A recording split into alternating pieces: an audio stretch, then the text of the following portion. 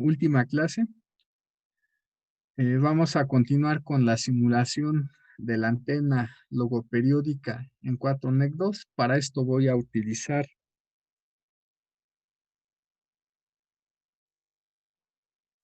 algunos datos de un ejemplo que viene en el Cardano. Con estos datos, de hecho, vamos a obtener algunos resultados que difieren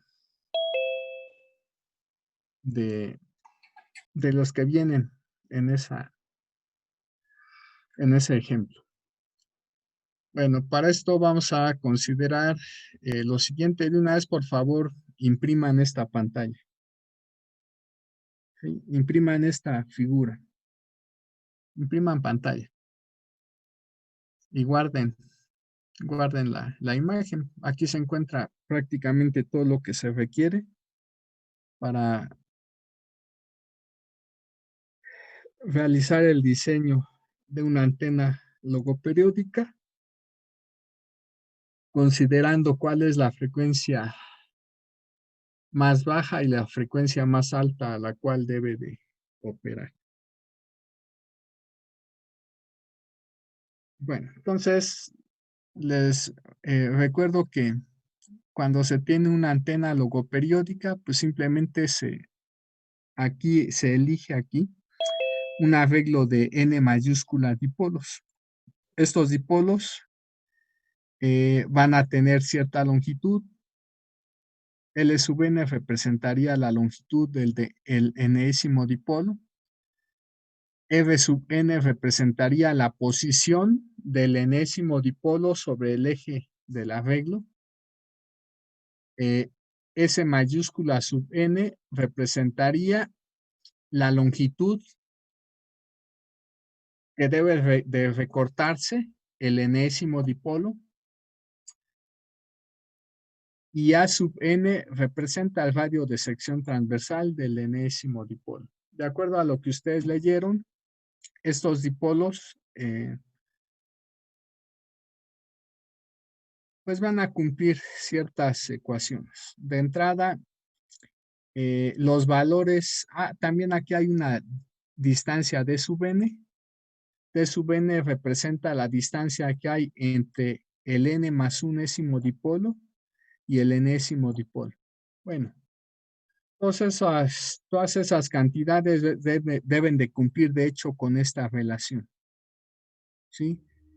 El cociente de f sub n más 1 entre f sub n debe de ser igual a este cociente, debe de ser igual a este cociente, debe de ser igual a este cociente, a su vez igual a este cociente, y eso debe de ser igual a este factor tau. ¿Sí? Bueno, por otro lado, también el ángulo alfa que aparece en esta figura debe de cumplir esta ecuación que está aquí. Ese ángulo alfa debe de cumplir con esta ecuación. El factor de espaciamiento sigma, que es igual al cociente de D sub n entre 2 veces Ln, debe ser igual a su vez a este cociente. Bueno, de las fórmulas de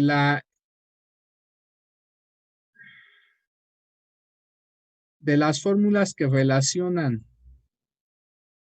a el factor tau con estos cocientes, de hecho se pueden derivar estas 4 fórmulas que están en rosa o estas 4 fórmulas que están en azul. Las fórmulas que están en rosa nos dan longitud,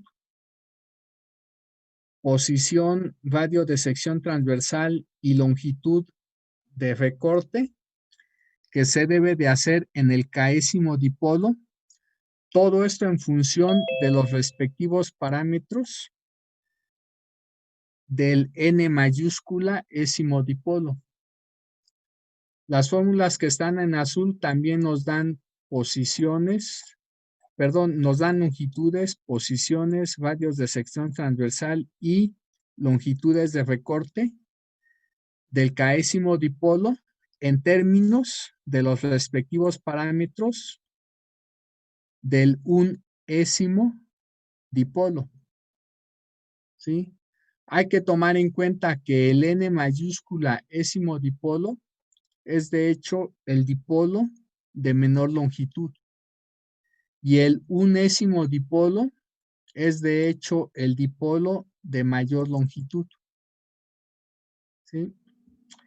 Bueno, también hay que tomar en cuenta que la longitud de L min se obtiene con esta fórmula, la longitud de Lmax se obtiene con esta fórmula. En estas fórmulas para Lmin y Lmax aparecen dos factores de corrección, K1 y K2. De acuerdo a lo que leyeron en Kardama, K1 y K2 en principio, si no se tomaran en cuenta factores de corrección, K1 y K2 valdrían lo mismo y serían iguales a 0.5, ¿sí? Pero si se toman en cuenta las debidas correcciones que se deben de realizar, K1 debe de ser un número menor que 0.5 y K2 debe de ser un número mayor que 0.5. ¿Cómo se determinan esos factores de corrección? Tomando en cuenta estas fórmulas, K1 es dado por esta expresión y K2 es dado por esta expresión. Mientras K2 solamente depende de tau, K1 depende tanto de tau como de sigma. Entonces, se debe tomar también en cuenta esta otra tercera ecuación que nos da el valor de la sigma óptima en función del valor de tau, ¿sí? La sigma que debería de ir aquí en esta fórmula para K2 obviamente es el valor de la sigma óptima. Entonces, de acuerdo a lo que ustedes seguramente ya realizaron para la tarea que les di oportunidad de entregar el día de hoy, dado que era para entregar antes de las vacaciones.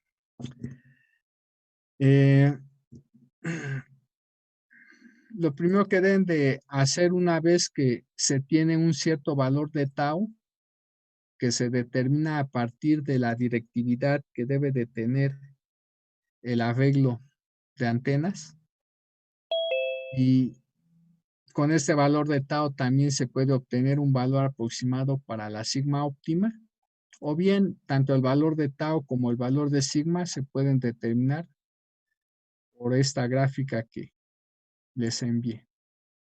Bueno, de hecho no les envié, la tenían que bajar, ¿sí? Considerando cuál es la directividad que debe de tener el arreglo de antenas,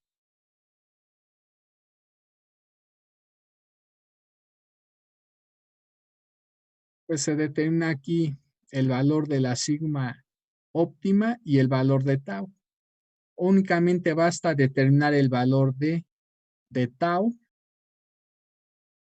porque en realidad el valor de la sigma óptima se podría obtener con la fórmula para la sigma óptima.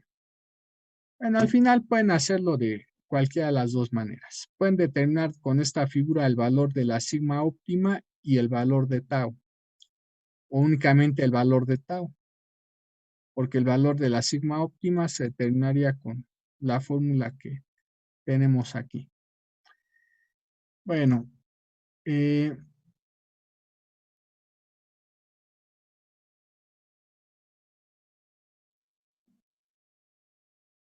como dije, voy a considerar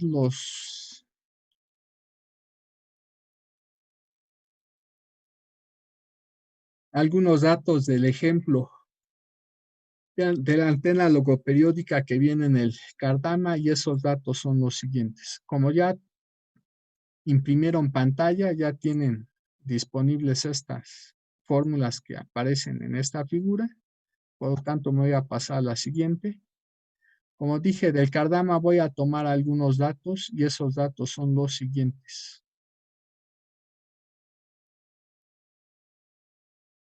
Vamos a considerar una antena logoperiódica en la que la frecuencia mínima de operación es de 174 MHz y la frecuencia máxima es de 850 MHz, con un factor tau de 0.865. Entonces, tomando en cuenta estos tres datos y tomando también en cuenta a su vez las fórmulas que ya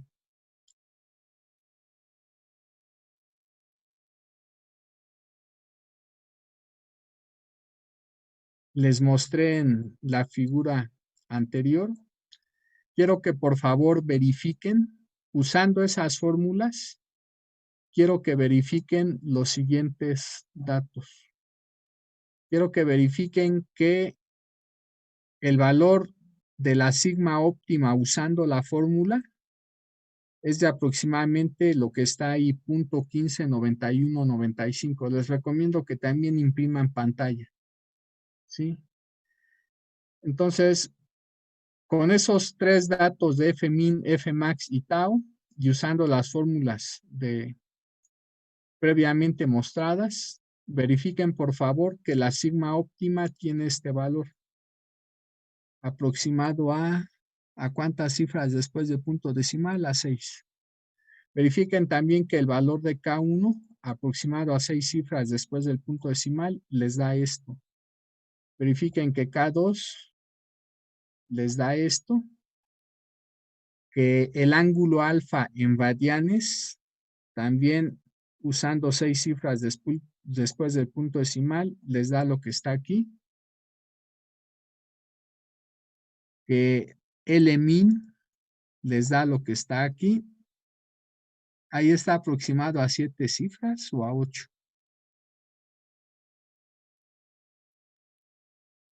A 7. Y verifiquen también que usando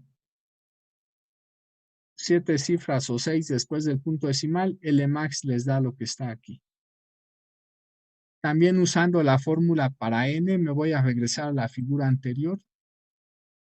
En esta fórmula, con esta fórmula se obtiene el número de dipolos de los cuales consta ese arreglo logoperiódico. Esa función, ¿a qué hace referencia? Aquí una vez que obtengamos este cociente, vamos a tomar el entero mayor más próximo a este numerito, ¿sí? Por ejemplo, si este cociente nos diera 16.2, pues el entero mayor más próximo a 16.2, ¿cuánto es? 17. Si a ese 17 le sumara 1, pues obviamente bajo ese supuesto, obtendríamos un valor de n igual con 18. Si este cociente que está aquí fuera, por ejemplo, 16.95, pues también el entero mayor próximo a ese número, pues sería 17.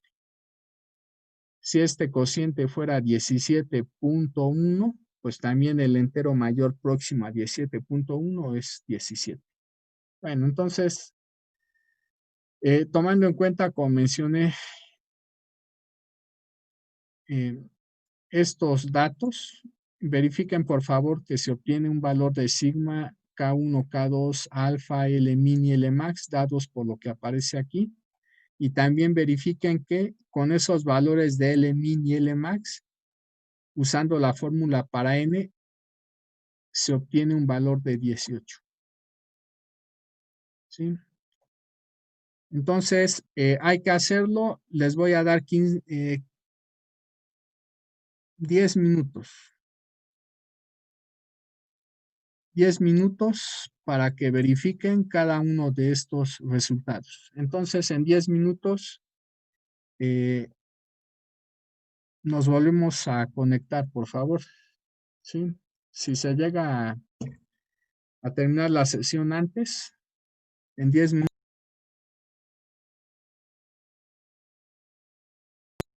a las 9:05 vamos a continuar. ¿Sí? Bueno, ¿alguna pregunta? No, entonces en 10 minutos continuamos. Por favor, verifiquen esos resultados.